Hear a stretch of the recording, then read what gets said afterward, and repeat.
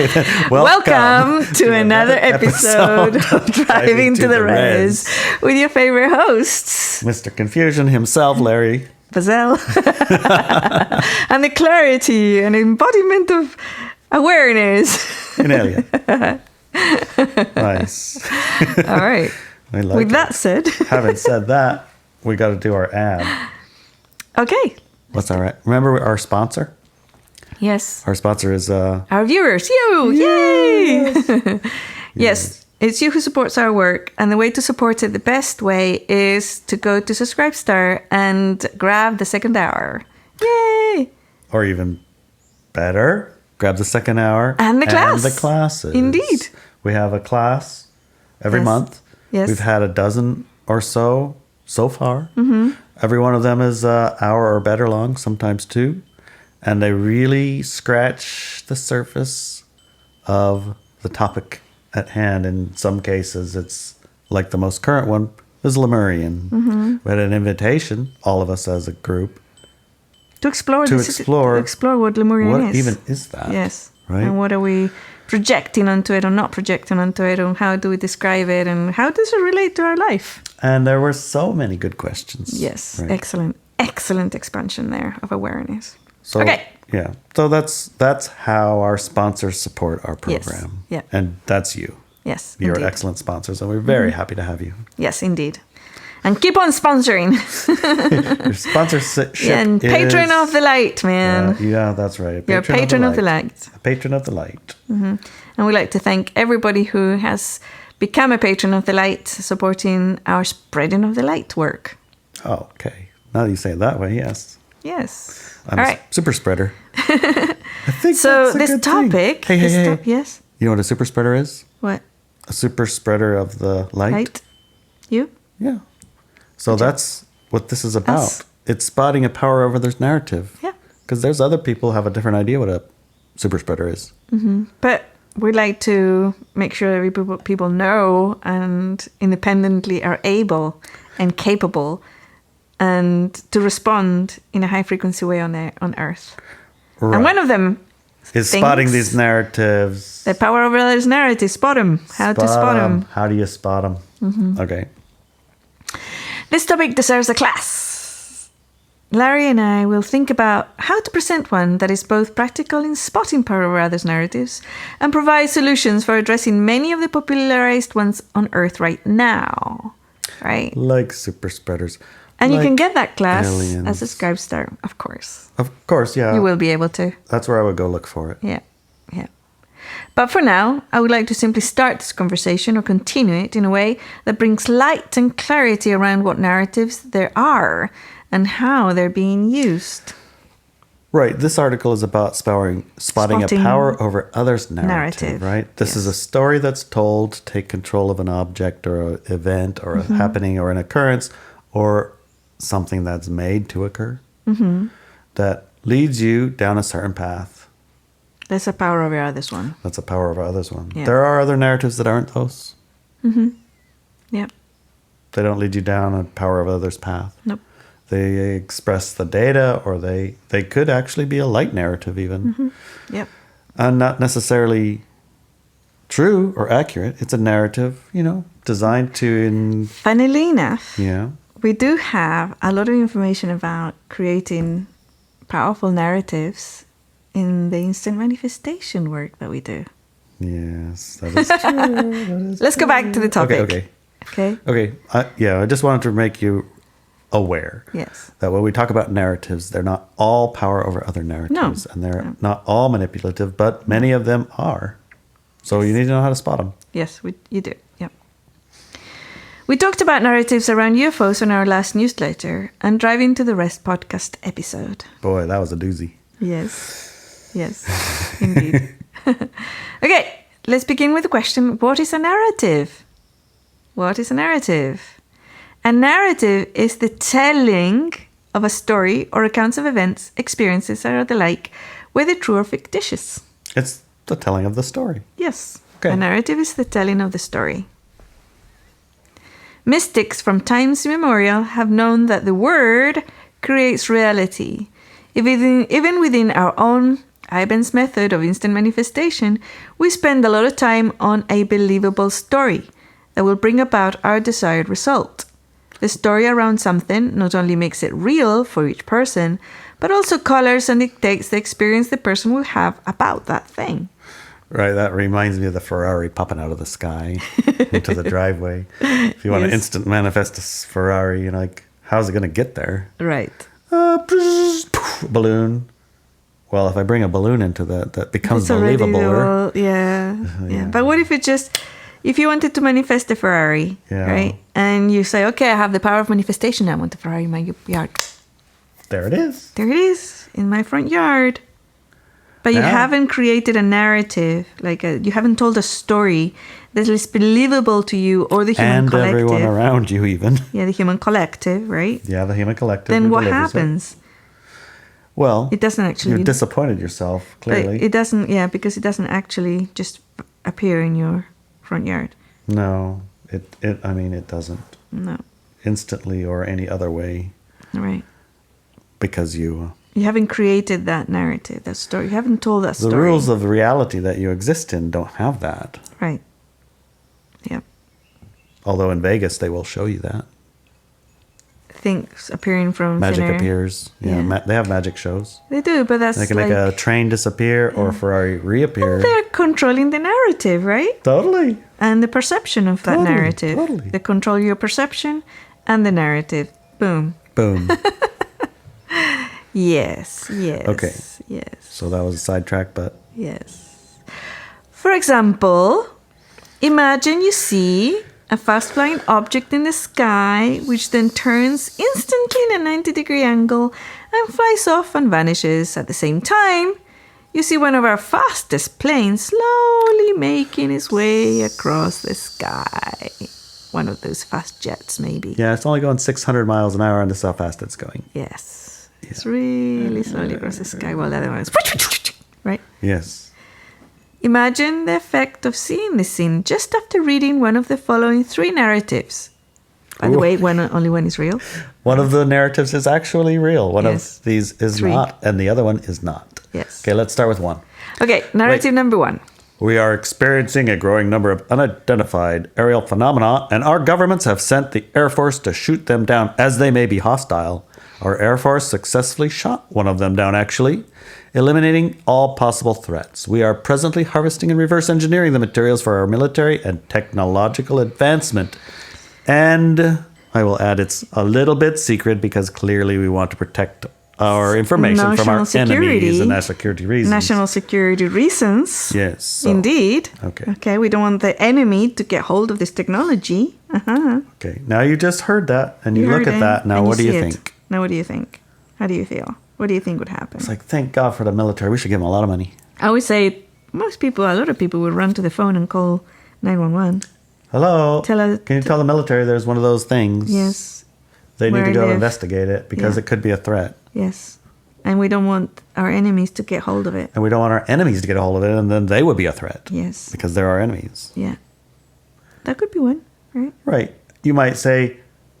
Scream and run in the house. Go get signs and say, peace! And go start marching in the streets to protest to the aliens? Militarization of space and aliens and things. Good. You might find it as a thing to rally against. Yeah, definitely, yeah.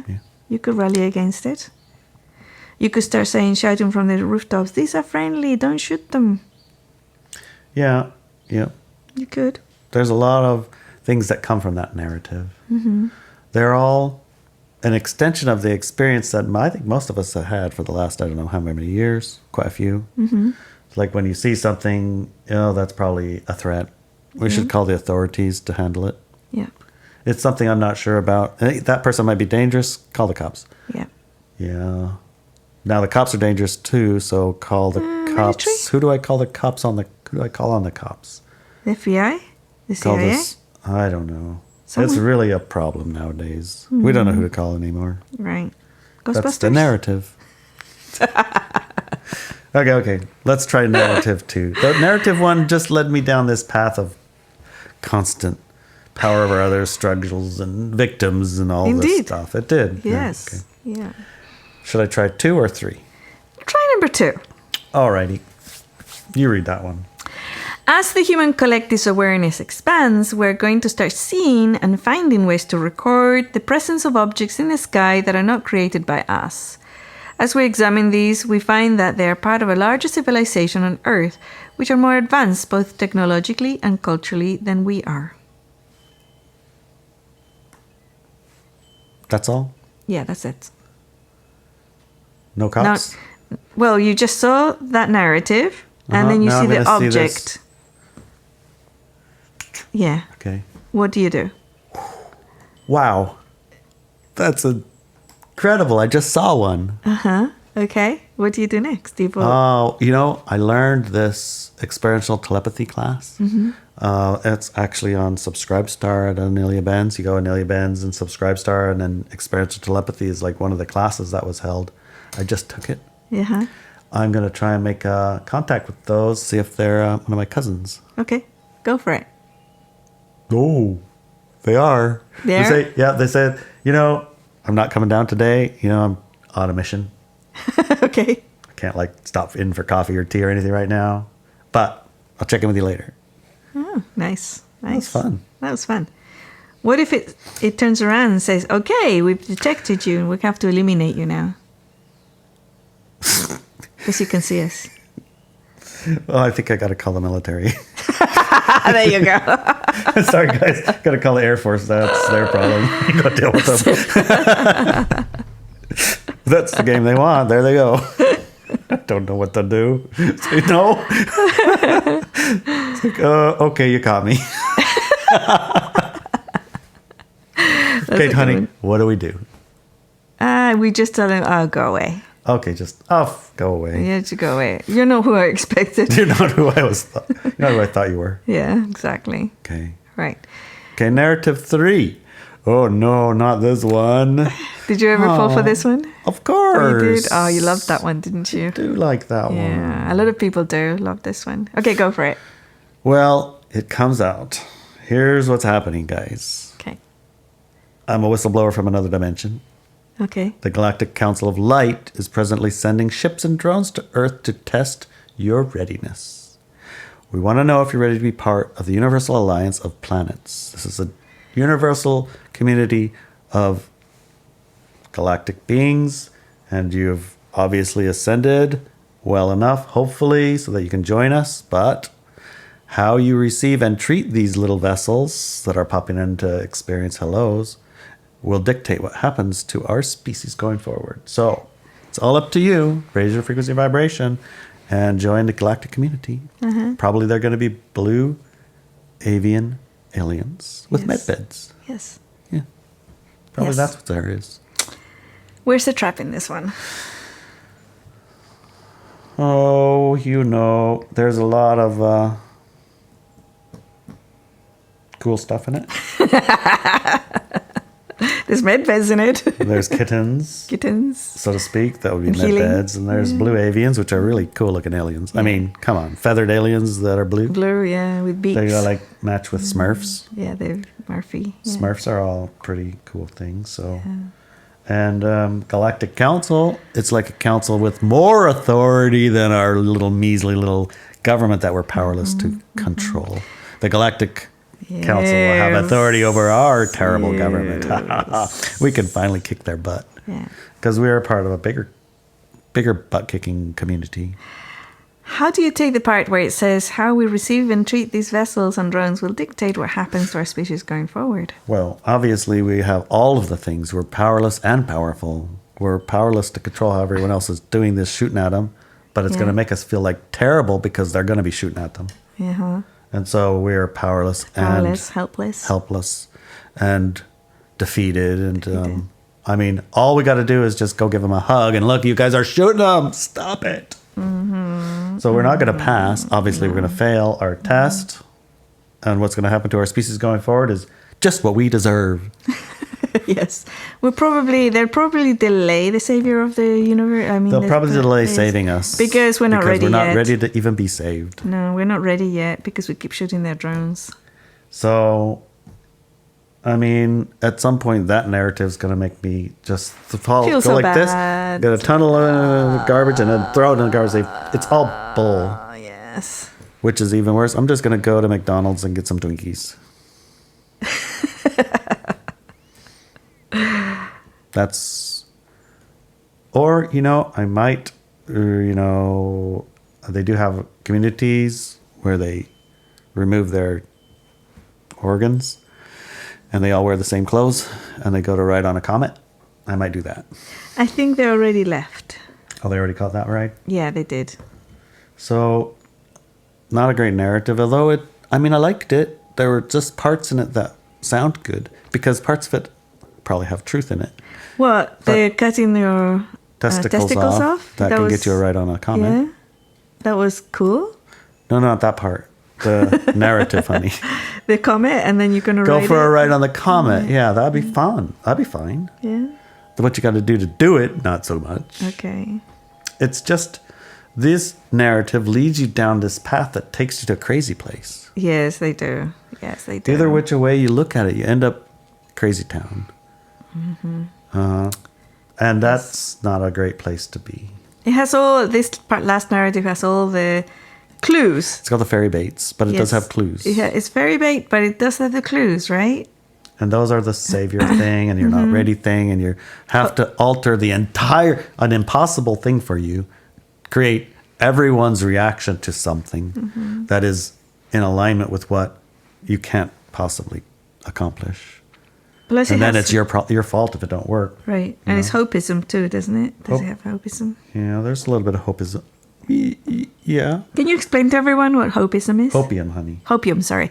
Opium is opium in the form hope. of hope. So can you explain what that is? Hopium? Yeah, that is a solution that provides the answer to all of your whatever problem it might be. In the case of medbed, whatever you are experiencing that has like ill health and haven't found a good healing story, this is the healing story of all healing stories. It's a panacea, right? Panacea. Mm-hmm. So that is a hopium is if you properly respond to this thingies as a collective humanity, then you'll get a medbed. So the medbed is the hopium, and the action that you have to do is an impossible one. But if you do it, keeps you'll getting get delayed, right? Well, it's going to have to be delayed because you're not ready. So you need to do more work to get everybody ready. Yeah, so you hope and hope. You have to do this thing, right? And in the doing of it, you expose yourself to ridicule and all the things, disassociation from your support network, your family, and whatever, your jobs, all those consequences. But it's more important. So at the end of it, you've basically destroyed your support system in your life, and it's still going to get delayed. Oh man! So that's why not good. That hopium thing doesn't lead to the right place. That's not to say don't have hope, but when a narrative has hopium in it, you know that that's the bait. Yes. Right. Okay. As you play with the results, emotional, mental, social of these three narratives, the three narratives, you will start to get an idea of how a controlling narrative can control reality and is being experienced by the people of Earth. Right. So pick the narrative. Well, spot the power over others narrative. There's also a narrative that has a Galactic Council of the Light in it that isn't power over others. Can you tell us about that one? How that narrative might look. That, well, you've used the words at some time or other, something like there's a council of planetary council. Well, And you say specifically that's your word to describe something that doesn't exist as a unit. Like it's not an actual, here's my planetary council unit card. I'm an official member of the planetary council. It's a way to understand the description of us as a group making a decision. So a Galactic Council of Light might be used in that way instead of in, here's my card-carrying member of the Galactic Council of the Light. And they do have actually a card and badge. I've seen it on the internet. I've seen their logo. I've seen their logo. Well, you have to be really special. I have actually seen that. You have to be really special to be part of that. I don't think it costs a lot. You don't need to be that. You have to be really special to be part of that one. You do have to find the website. Yes, you do. I'm not saying that it's a bad thing. You have to be very special, though. Well, I'm special. And I think you need to be like non-human, like an Octorian or something. Oh, really? Yeah. Or maybe a Palladian. I don't know about all that. I think you do. I probably am. A Palladian? Or an Octarian. How do you know? Because I like Octarian writing. You like Octorian writing? Uh-huh. What do they write like? A very, very matter-of-fact and accurate. And what kind of accurate and matter-of-fact things do they say? Oh, well, they say things like you're responsible for your experience of reality. Mm-hmm. That the narrative that you follow can dictate what you experience. Uh-huh. And so be cognizant and conscious of what narratives are playing out and which ones you're following. Oh, yeah? Yeah. They say things like that. Octarians. They're very smart. Oh. Maybe you are one then. Maybe we all are. I'm not joking. Octarians are smart. Okie dokie then.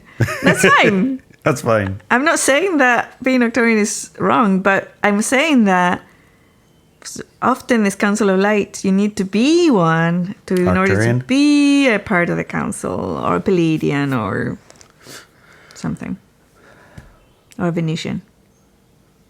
You can't be just an ordinary human and be part of that council. Well, that's not necessarily true, because you could be a Octarian in a human body, honey. Well, I know, but, to become part of one of these councils, you have to be special. And being human, you have to be a light being. Quit raining on my parade, lady. I'm raining on your parade.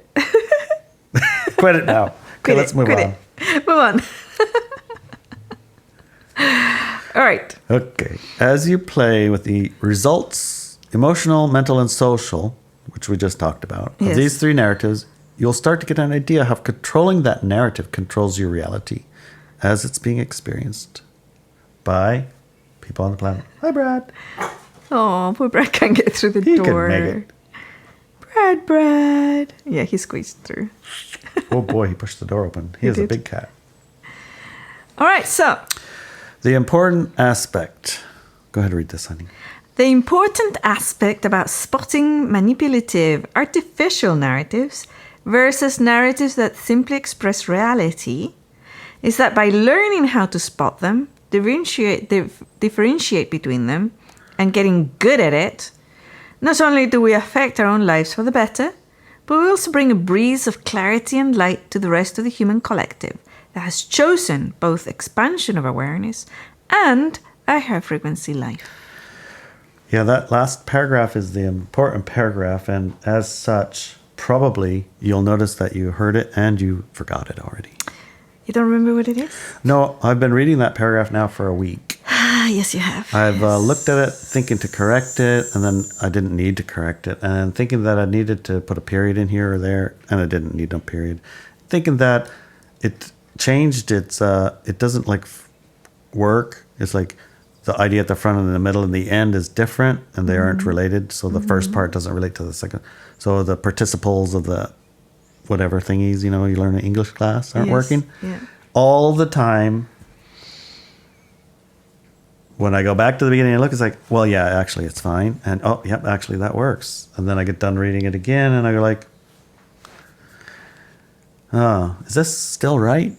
So it has blocks and obstacles in that last paragraph to comprehension, which means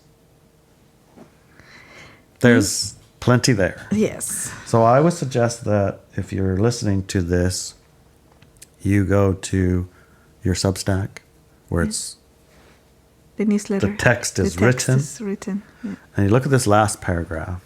You tell me what you think. Mm-hmm. Is it written properly? Is the English proper? Is it correctly participled and commaed and perioded? And is the punctuation right? Yeah. Put a little comment in the comments there. That's the Substack, Inelia Benz.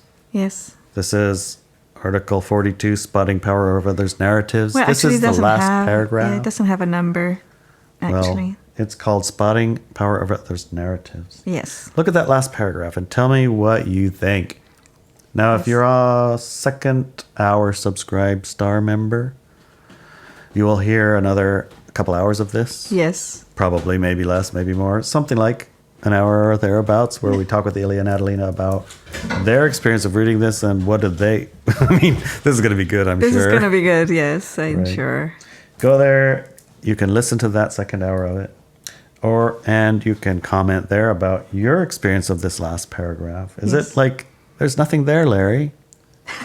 It's very clear and obvious. Or is it, I see what you're saying? Okay, Yeah. can you read it out aloud for us, please? I'll try. Okay.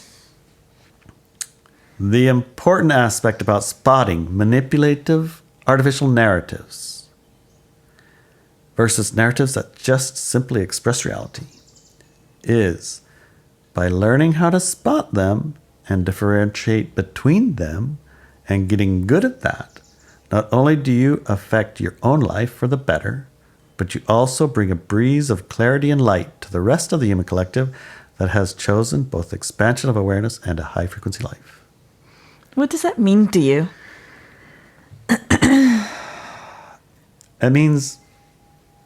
It means be good at differentiating these narratives. Be good at discovering there is a narrative. Be good at differentiating between the manipulative ones and the ones that just express it as it is. Mm-hmm. Because when you become good at it, you become, I would say, impervious to the manipulations. Mm-hmm. And by being impervious to the manipulations, you actually bring a breeze of clarity and light to the rest of the human collective that also have chosen that, but may have not gotten quite so good at spotting that manipulation. Mm-hmm. They might want some help spotting it, and that's why they've encountered you to help orchestrate that. Yes. That's kind of how I understand it. Yeah. Yeah. Is that what you mean? Yeah. Whew. Well, that only took 2 weeks or a month. Very good, honey. Okay, thank you. Very good. You did well. Thank you. See you. See you.